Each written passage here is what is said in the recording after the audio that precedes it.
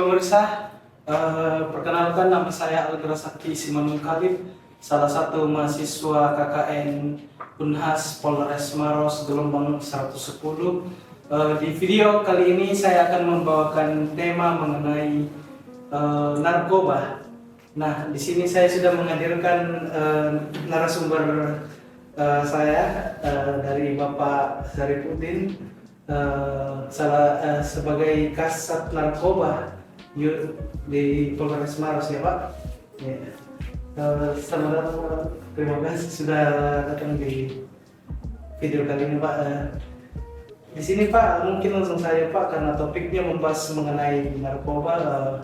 Mungkin ada beberapa hal yang mau saya tanyakan Pak, tapi sebelum itu bolehkah Bapak menceritakan terlebih dahulu bagaimana pengalaman Bapak selama di unit satuan narkoba ini Pak? Mungkin dalam segi pekerjaannya. Maksudnya saya menceritakan masalah Pengalamannya Pak? Iya. Pengalaman saya. Iya Pak. Selama saya mengikuti namanya pada saat menjabat sebagai Kasat Narkoba. Iya Pak. Baik, saya akan menceritakan riwayat ya jalan ceritanya sehingga saya di sini menjabat sebagai Kasat Narkoba. Awalnya saya bertugas di Polres Wajo sebagai Kanit ini 2, dalam hal ini Kanit Tipikor Polres Wajo. Berdasarkan surat telegram dari Bapak Kapolda pada bulan 10 2000, lebih tepatnya lagi tanggal 5 bulan 10 2022, saya menerima amanah sebagai saya tertuang ya dalam surat telegram tersebut. Nama saya dipromosikan menjadi pejabat sementara Kasat Narkoba Polres Maros. Setelah saya melaksanakan serah terima di tanggal 20 Oktober ya 2022, setelah saya mulai mengawali kegiatan saya ditempatkan sebagai Kasat Narkoba dengan memiliki personil anggota sebanyak 21.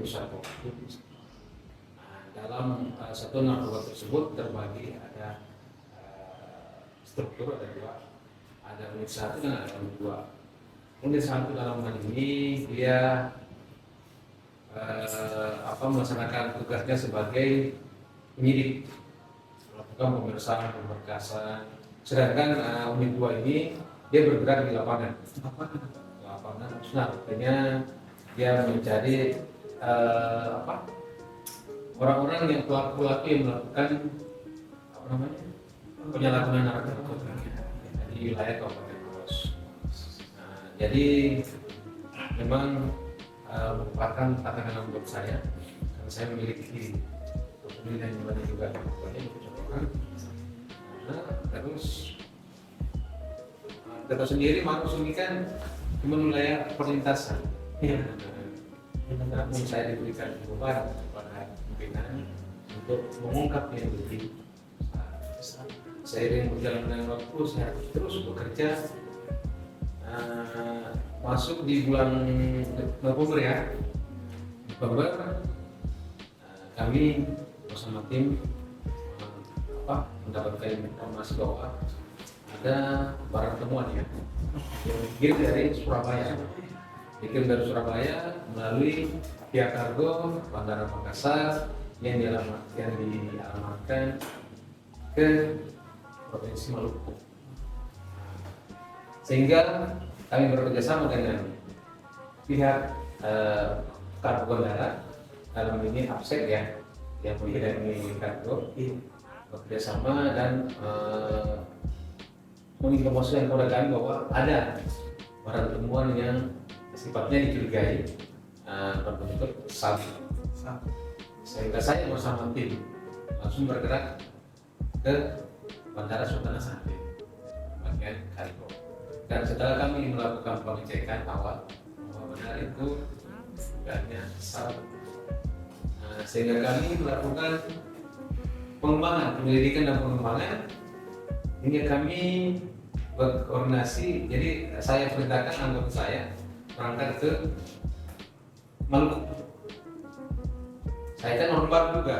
Iya. Saya belum ini jaringannya bagaimana, ngomongnya bagaimana. Namun sebelum saya anggota saya bergerak ke ke Provinsi Maluku, saya melakukan briefing dulu, sharing-sharing bagaimana pelaksanaan ke depannya, semoga bisa berhasil. Dan alhamdulillah pada saat kami berangkat dengan niat untuk melakukan pengungkapan di tepatnya di kecamatannya Pulau Pulau Aru, Kabupaten Lombok, Provinsi Maluku, kami melakukan namanya kontrol delivery. Jadi kami bersama tim melakukan kontrol delivery ya. Kontrol delivery ini sama halnya dengan polisi yang mengantar barang, polisi yang mengikuti, berikutnya Polisi menyamar menjadi kurir ya, kurir kayak ini pengantar jasa pengiriman kan, jasa pengiriman. kayak kami ini kan di kantor pos ya. Jadi anggota saya itu berkoordinasi dengan di provinsi sebagai kantor pos provinsi sebelum turun ke kabupaten. Jadi dari pihak kantor pos provinsi memberikan kemeja yang ciri khasnya ini pegawai pos.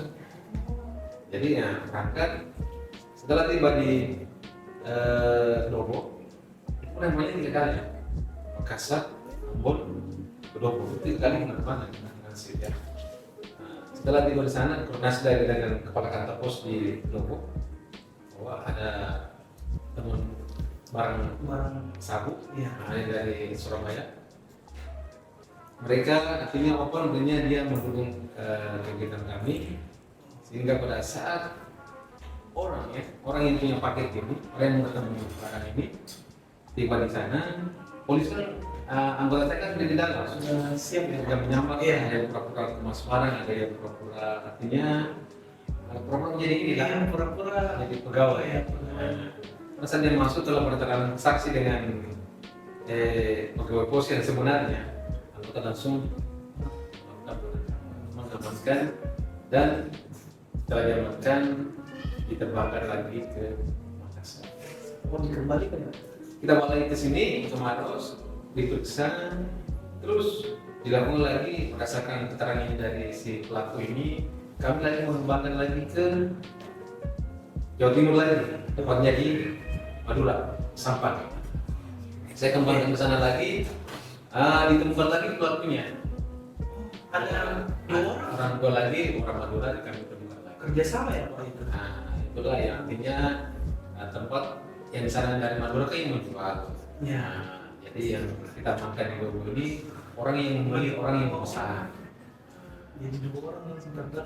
Ya, betul. Jadi hasil pengembangan kami dari Maros sampai ke Provinsi Maluku ke Jawa Timur itu memang artinya suatu kebanggaan buat kami karena berhasil mengungkap lintas provinsi. Dalam hal ini kan 2 provinsi, Provinsi Maluku dengan Jawa Timur. Dan status hukum daripada pelaku ini mereka sudah divonis secara ingkrah oleh pengadilan, oleh hakim, dan menjalani masa hukumannya di rutan lapasnya Maros ya. Sudah ingkrah dan ada yang sudah mendapatkan keputusan. Itu pengalaman saya. Terus dari masalah pekerjaan ya. Iya. Yang membuat apa kami tetap semangat walaupun Maros dikatakan cuman kecil ya, maksudnya penyalahgunaan narkotikanya kecil, tapi kami tetap berupaya untuk melakukan pencegahan maupun pencegahan maupun pemberantasan dan penegakan hukum terkait peredaran dan penyalahgunaan narkotika. Baik. Terima kasih Pak. Di sini juga saya ada pertanyaan Pak. Mungkin lebih kepada bagaimana proses unit satuan narkoba ini Pak membongkar orang sebagai pemakai narkoba itu Pak. Dari mana bisa mereka tahu bilang ada temuan sabu di sini atau barang mencurigakan di tempat tersebut? Maksudnya ada orang yang menggunakan, Iya. ada yang menyalahgunakan. Iya, begitu Pak. Jadi kita perlu ketahui juga penyalahgunaan narkotika itu ada beberapa macam. Iya. Ada yang sebagai pengguna masuk kategori korban, ada sebagai kurir, ada sebagai bandar. Bandar ini dia menjual, membedakan. Iya. Jadi yang bagaimana caranya kita mengetahui bahwa di sini ada yang menyalahgunakan, ada yang menggunakan, ada yang memakai. Itu memang teknis dan teknik yang digunakan oleh kami di lapangan. Dan itu memang kalau kami publikasikan agak mungkin para penyalahguna ini akan tahu. Jadi dia pasti akan menggunakan motif baru lagi untuk artinya untuk motif baru lagi untuk menghindari pengejaran daripada anggota kami. Jadi memang teknik dan teknisnya cara anggota kami, karena penjahat ini lebih pintar daripada petugas. Pasti dia lebih mempelajari daripada saja. Nah, dulu kan istimewa COD. Ada barang ya, ada uang. Sekarang tidak lagi, berubah lagi. Ada nama sistemnya, sistem tempel, ya kan? Jadi seolah-olah ditaruh di suatu tempat Pak, terus yang mau membeli ini mengambil barang tersebut. Berdasarkan maps yang dikirimkan. Sudah jadian ya Pak? Iya, ada maps yang diberikan, memang ada dikirimkan oleh pihak si penjual ya, pihak pengedar. Nah ini mapsnya. Tapi kan mereka sudah transaksi melalui elektronik ya. Maksudnya kayak mobile banking kan.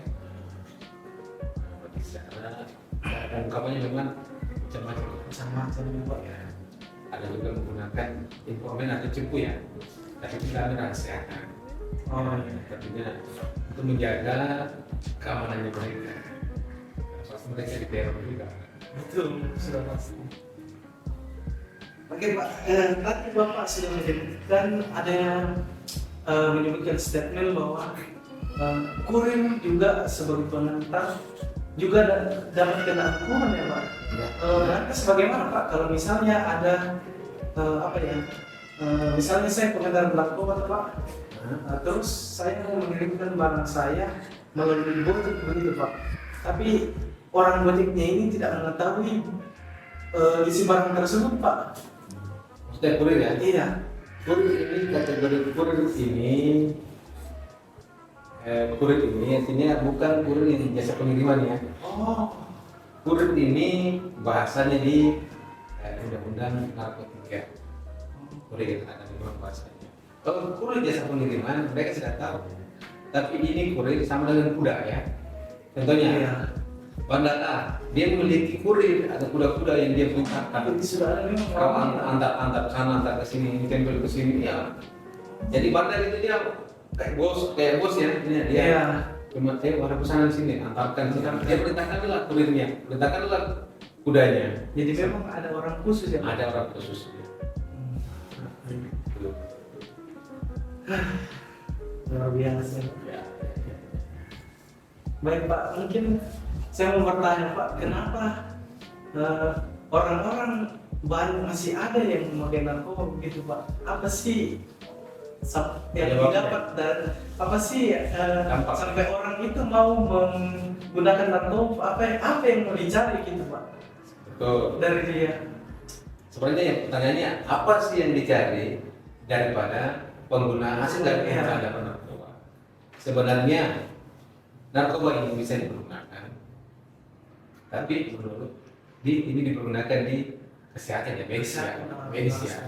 Dan harus berdasarkan resep dari dokter, dari tim medis yang menangani. Contohnya orang yang sudah sakit parah kan, ya harus diberikan, bukan disalahgunakan bahwa untuk, kan ada yang berasumsi, ada masyarakat berasumsi bahwa dengan mengkonsumsi sama atau narkoba bisa menambahkan stamina. Padahal secara kedokteran ya, secara kedokteran itu merusak semua sendi-sendi saraf yang ada dalam organ tubuh kita, mulai dari mata, hati, ginjal, kulit. Artinya dari segi daripada positifnya dibanding dengan negatifnya, 90% itu negatifnya lebih banyak. Jadi kita sebagai generasi muda penegak hukum yang harus benar-benar mau kita bersama-sama untuk memberantas mencegah tindakan narkotika ini karena bisa berdampak kepada generasi muda ke depannya. Mungkin tadi sudah ada dampak bagaimana prosesnya dengan apa saja penanganannya Pak. Mungkin saya mau bertanya kepada golongan-golongan mana Pak, apakah pemuda yang banyak menggunakan narkoba atau yang lebih tua Pak, seperti yang orang dewasa seperti yang sudah berkeluarga begitu Pak? Sebenarnya siapa yang lebih dominan yang lebih banyak menggunakan narkoba, apakah kalangan remaja atau orang tua, orang dewasa? Sebenarnya tergantung pergaulan. Iya, anak muda yang bergaul di tempat yang tempat di lingkungan yang kurang beres juga ya pasti akan gampang. Contohnya, lingkungan orang yang sering rokok kan? Oh iya, pasti Pasti rokok gitu. Pas namanya anak muda kan ada rasanya ingin coba-coba. Nah, sedangkan di kalangan orang tua itu jarang kami temukan. Pokoknya berdasarkan ungkapan kami ya. Oh iya. Ungkapan kami itu lebih banyak yang remaja. Bukan juga kategori anak bukan ya? Bukan, tapi dewasa. Remaja lebih dewasa. Iya, sudah dewasa. Ya. Kalau orang sudah jarang artinya lebih banyak daripada dewasa penggunaannya. Karena mungkin dari pengaruh tadi, dan pengaruh ingin coba-coba. Baik Pak, mungkin untuk menutup video kali ini Pak, mungkin saya mau menanyakan Pak, bagaimana harapan Bapak dalam memberantas narkoba di khususnya Kota Maros ini Pak? Apakah ada seperti kegiatan atau apa rencana ke depannya Pak? Harapan kami ya sebagai penegak hukum ya, aparat penegak hukum kami ini kedepannya kami akan tetap melakukan upaya pencegahan terhadap penyalahgunaan narkotika, baik yang kategori sebagai pengguna atau korban maupun sebagai pengedar. Yang kita tetap kami dalam proses hukum sesuai dengan aturan yang berlaku. Selain penegakan hukum, kami tetap melakukan edukasi. Kami edukasi, melakukan kegiatan sosialisasi bersama mitra kami. Ya, mitra kami ada mitra kami juga. Duta Anti Narkoba Kabupaten Maros, dalam hal ini Kadara ya. Kegiatan Anti Narkoba Kabupaten Maros. Kami bermitra dengan mereka. Itu di dalam itu semua pelajar Pak. Siswa dilibatkan. Jadi mereka diseleksi semua, diseleksi artinya akan setiap tahun. Makanya juga ini dari BNN ini merespon kegiatan daripada Duta Anti Narkoba Kabupaten Maros. Nah, banyak kabupaten lain yang buat belajar ya, artinya melirik kegiatan ini karena bisa berdampak baik kepada pelajar atau intinya selain kita melakukan penegakan hukum, tetap ada edukasi, sosialisasi baik itu di pemerintahan desa yang melibatkan masyarakat, terus di sekolah-sekolah baik tingkat SMA, tingkat SMP, tetap kami itu sudah ada jadwal rutin sudah berjalan. Yang kami lakukan guna mencegah ya, artinya mencegah adik-adik kita, pelajar-pelajar kita ini tidak terlibat dalam peredaran atau narkotika. Luar biasa Pak. Mungkin kita sebagai anak muda memang harus ikut andil berpartisipasi ya Pak dalam pencegahan ini. Baik Pak, mungkin sekian pertanyaan yang bisa saya lemparkan kepada Bapak. Terima kasih Pak sudah menjawab Pak informasi yang saya butuhkan Pak. Mungkin menurut saya kita sebagai generasi muda memang harus ya Pak jadi orang dan pembantu dalam mencegah peredaran narkoba ini ya Pak. Oke. Sebaliknya saya juga berterima Iya. kasih ya kepada adik-adik. Semoga ilmu yang saya berikan ini bermanfaat bagi adik-adik nanti dan nanti bisa sumbangkan ke generasi selanjutnya, khususnya kepada adik-adik kita yang masuk satunya nanti maupun pelajar-pelajar lainnya. Bagaimana sih cara mencegah, memberantas penyalahgunaan dan peredaran narkoba khususnya di Kabupaten Malang. Apalagi saat ini kan banyak kalangan-kalangan anak remaja yang kami indikasi menyalahgunakan narkotika. Dan nanti selanjutnya jika ada hal-hal yang ingin ditanyakan, ingin kita saling komunikasi, saling bertukar pikiran, apa yang menjadi hambatan dan kendala, mari kita mencari solusinya. Dan terima kasih kembali kepada adik-adik yang telah mempercayakan saya sebagai narasumber. Saya juga Pak, terima kasih. Cukup sekian ya. Iya. Baik Pak, terima kasih. Terima kasih ya. Mungkin sekian dari video kali ini. Mungkin lebih bagus kita kasih tanda Stop stop narkoba. narkoba.